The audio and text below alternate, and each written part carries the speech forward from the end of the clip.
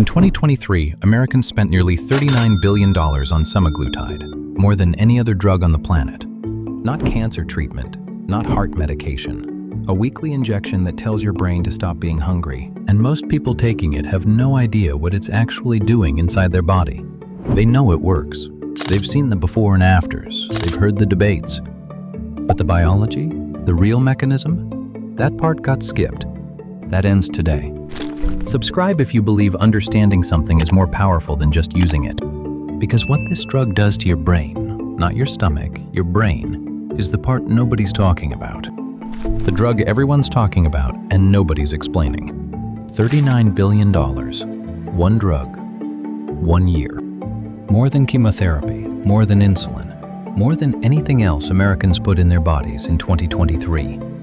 And if you ask the average person taking it to explain what it actually does, not what it feels like, not what the scale says, but what is happening inside their body at a biological level, silence. That's not their fault. Nobody told them. Doctors gave them a prescription. The internet gave them testimonials. Social media gave them a debate about whether they deserved it. Nobody gave them the science. That's the gap. That's why this video exists. No opinions, no before and afters, no noise. Just what this drug is actually doing, from the moment it enters your body to the moment your brain stops telling you you're hungry. And there's one part of that story, buried in the most recent research, that changes how you understand appetite entirely. It has nothing to do with your stomach. What GLP-1 is, the hormone you already have. Ozempic didn't invent anything. That's the part that stops people cold. This drug, the one reshaping bodies, crashing appetite, and generating billions in revenue, is built around a hormone your gut has been producing your entire life. It's called GLP-1, glucagon-like peptide 1. Every time you eat, your intestines release it. It tells your pancreas to produce insulin. It tells your stomach to slow down. It tells your brain, and this is the part most people miss, that you've had enough. Your body already has an off switch for hunger. Ozempic just holds it down longer. The natural version of GLP-1 disappears from your bloodstream in about 2 minutes. Gone. Which is why hunger comes back, which is why the off switch resets. Semaglutide, the molecule inside Ozempic, was engineered to survive for 7 days. Same signal, same receptor. 7 days instead of 2 minutes. That's not a drug overriding your biology. That's a drug fluent in it. What semaglutide is and how it mimics GLP-1. Here's where the engineering gets interesting. Your body produces GLP-1 naturally. We established that. But natural GLP-1 is fragile. Enzymes in your bloodstream break it down almost immediately. 2 minutes and it's gone. So the question scientists had to answer wasn't what to do. It was how to make it last. Semaglutide is a modified version of that natural hormone. Same basic shape, same receptor target. But the molecular structure was altered, deliberately, to resist the enzymes that would normally destroy it. Think of it as the same key, recut from a harder material. It fits the same lock. It just doesn't bend. Once injected, semaglutide binds to GLP-1 receptors across multiple systems simultaneously. The pancreas, the stomach, the brainstem, the hypothalamus, the region that sets your baseline hunger level. It's not hitting one target. It's running a coordinated signal across your entire metabolic system at once. And here's what makes that remarkable. Your body doesn't resist it, it recognizes it, because at the receptor level, it looks like something that was supposed to be there. That's not a side effect of good drug design. That's the whole point of it. The pancreas response, insulin and glucagon. Most people think Ozempic is a weight loss drug. It isn't. Not officially. Not originally. It was built for the pancreas. Specifically, it was built to solve a problem that kills people slowly and quietly. Blood sugar that won't behave. Here's what's actually happening. When semaglutide binds to GLP-1 receptors in the pancreas, it triggers 2 responses simultaneously. First, it stimulates insulin production. Insulin is the hormone that pulls glucose out of your bloodstream and puts it where it belongs. More insulin means lower blood sugar after a meal. Second, and this one matters, it suppresses glucagon. Glucagon is insulin's opposite. Its job is to raise blood sugar, release stored glucose, keep levels from dropping too low. In people with type 2 diabetes, glucagon runs too hot. It releases when it shouldn't. Semaglutide turns that down. But here's the detail that separates this drug from older diabetes treatments. It only triggers insulin when blood sugar is actually elevated. Not on a timer, not on a fixed dose, on demand. That means the crash, the dangerous hypoglycemic episode that makes older insulin therapy genuinely risky, doesn't happen the same way. The pancreas gets smarter, not louder. Why Ozempic slows your stomach down on purpose? This is the part that gets misread as a side effect. It isn't. When people talk about feeling full for hours after a small meal, or losing interest in food they used to crave, they usually chalk it up to the drug suppressing appetite. That's partially true, but the mechanism is more specific than that. Ozempic slows gastric emptying. Gastric emptying is exactly what it sounds like, the rate at which food leaves your stomach and moves into the small intestine. Under normal conditions, that process moves at a pace your body evolved for a world where food was scarce and you needed to act fast. Semaglutide puts a governor on it. Food stays in the stomach longer. Digestion slows, nutrients absorb more gradually. And because the stomach remains fuller for an extended period, the signal it sends to the brain doesn't say finished, it says still working. That's not a malfunction. That's an engineered delay, and it's doing exactly what it was designed to do. The downstream effect is significant. Blood sugar rises more slowly after meals because glucose isn't flooding the intestine all at once. The pancreas has time to respond proportionally. The whole system operates with less urgency. Less urgency means less insulin spike. Less spike means less crash. Less crash means less hunger 2 hours later. One mechanism, 4 consequences, all connected. The drug isn't fighting your biology. It's slowing it down just enough to let it work correctly. The brain science, how it kills hunger at the source. Everything up to this point has been about your body. Now we go to the part nobody talks about, your brain. Most appetite conversations stop at the stomach. Full stomach, no hunger. Empty stomach, hunger returns. Simple feedback loop. That's the model most people are working from. It's incomplete. Hunger isn't a stomach problem, it's a brain state. And semaglutide figured that out. GLP-1 receptors don't only exist in the pancreas and gut. They're distributed throughout the central nervous system, including 2 regions that most weight loss conversations never mention: the hypothalamus and the brainstem. The hypothalamus sets your baseline hunger level, not meal-to-meal hunger, baseline, the ambient, low-grade drive to seek food that runs in the background of everything you do. Semaglutide dials that down directly. The brainstem, specifically the area postrema, processes satiety signals from the body and decides when enough is enough. Semaglutide activates it. But here's the layer that recent research is just beginning to unpack. GLP-1 receptors also exist in the brain's reward circuitry.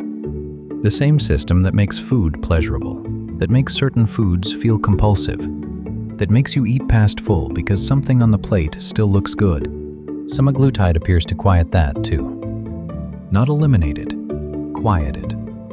That's not willpower, that's neuropharmacology. And it reframes every conversation about who succeeds on this drug and why. Blood sugar control without hypoglycemia risk. There's a reason endocrinologists consider this class of drugs a genuine leap forward. Not an improvement, a leap. Because for decades, managing blood sugar in type 2 diabetes meant walking a tightrope. Push glucose down too hard and you overshoot. Overshoot and blood sugar crashes. Crash and you're dizzy, confused, sweating, or worse. That risk kept dosing conservative. Conservative dosing kept control imprecise. It was a ceiling built into the treatment itself. Semaglutide removed it. Here's why. Traditional insulin therapy works on a schedule. It enters the bloodstream and does its job regardless of what your glucose is actually doing in that moment. It doesn't check, it doesn't adjust, it acts. Semaglutide is glucose dependent. It reads the room. When blood sugar rises after a meal, semaglutide amplifies the insulin response. When blood sugar is already stable, it stands down. The trigger is the elevated glucose itself. No glucose spike, no insulin push. That's not how older treatments work. That's not even how natural insulin works at therapeutic doses. It's a smarter feedback loop than the one it's supplementing. The hypoglycemia floor that made diabetes management so difficult for so long, the crash that patients feared and doctors worked around, largely disappears with this mechanism. Control gets tighter, risk gets lower. Why it doesn't work the same for everyone? Here's the conversation the internet never has. Not everyone responds to Ozempic the same way, and for a long time, nobody had a clean explanation for why. The assumption was compliance, dosing, lifestyle. The usual variables medicine reaches for when results don't match expectations. Turns out, for some people, the answer is in their DNA. New research has identified something called GLP-1 resistance, and it's exactly what it sounds like. Roughly 10% of the population carries specific genetic variants that interfere with how their bodies respond to GLP-1 receptor activation. Not because the drug isn't working, not because they're doing something wrong, because their receptors aren't listening the same way. What makes this finding particularly striking is the paradox buried inside it. These individuals don't have less GLP-1 activity. They actually produce higher levels of the hormone naturally and still don't respond to it properly. More signal, less response. That's not a dosing problem. That's a biological wiring problem. And it reframes something important. Every person who tried Ozempic and felt like it failed them, who watched others lose weight while their scale barely moved, may not have been doing anything wrong. They may have been working against a genetic ceiling they didn't know existed. That matters, not just clinically, culturally. Because the Ozempic conversation has been brutal to the people it didn't work for. The assumption of non-compliance, the quiet judgment, the implication that if you weren't seeing results, you weren't trying hard enough or following instructions carefully enough. Science is now pushing back on that narrative directly. GLP-1. Resistance is real, it's measurable, and it's the reason next-generation drug development isn't just focused on making stronger GLP-1 agonists. It's focused on reaching the people the current generation left behind. That's not a footnote in this story. That's where the story is going next. What 2025 to 2026 research is now revealing, the drug that changed everything is already becoming obsolete. Not because it failed, because it worked well enough to show scientists exactly where to go next. That's how good science moves. Ozempic didn't close the conversation on appetite, metabolism, and weight. It blew the door open. And what's coming through that door right now is worth paying attention to. The brain is the new frontier.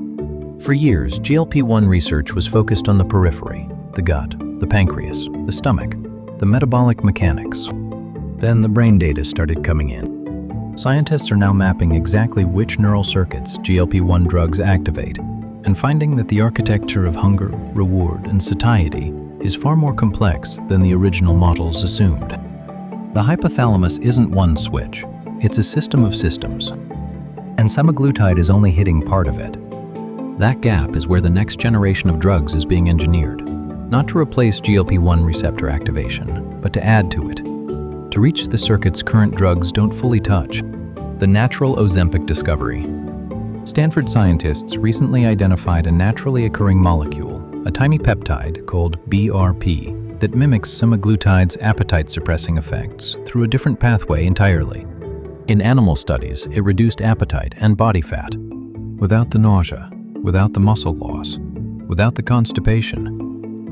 It acts directly on the brain's appetite control center, rather than working through the gut-to-brain relay that semaglutide depends on. That's not a refinement of the current mechanism. That's a parallel one. If it translates to humans, and that's still a significant if, it suggests that the biological infrastructure for appetite control is far richer than one hormone, one receptor, one pathway. We may have found the door with Ozempic. BRP might be the window. The cardiac connection. Weight loss was supposed to be the headline. It wasn't the only story. Recent research suggests GLP-1 drugs may help protect the heart after a cardiac event, not just because of the weight reduction, but through a direct cardioprotective mechanism that researchers are still working to fully understand. The drug appears to do something beneficial to cardiac tissue, independent of what it does to the scale. That changes who this drug is for, significantly. The resistance problem gets a research budget. GLP-1, resistance. The genetic quirk that leaves roughly 10% of users without meaningful results is no longer a footnote. It now has dedicated research attention. Scientists are actively working to understand the receptor-level mechanics of why some people's biology doesn't respond, and whether alternative pathways can be activated to produce similar outcomes. The goal isn't a better Ozempic for the people it already works for. It's a solution for the people it doesn't. That's the state of the science right now. Not settled, not finished. Accelerating. And if the last 5 years moved this fast, the next 5 are going to be something else entirely. What you should take away. Ozempic is not a cheat code. It's not laziness in a syringe. It's not vanity medicine. It's not the easy way out. Because there is no easy way out when your own hormonal system is working against you. What it is, and what this video has been building toward, is a pharmacological intervention that speaks the language your body already uses. It didn't invent hunger. It learned how to negotiate with it. GLP-1 was always there. The receptors were always there.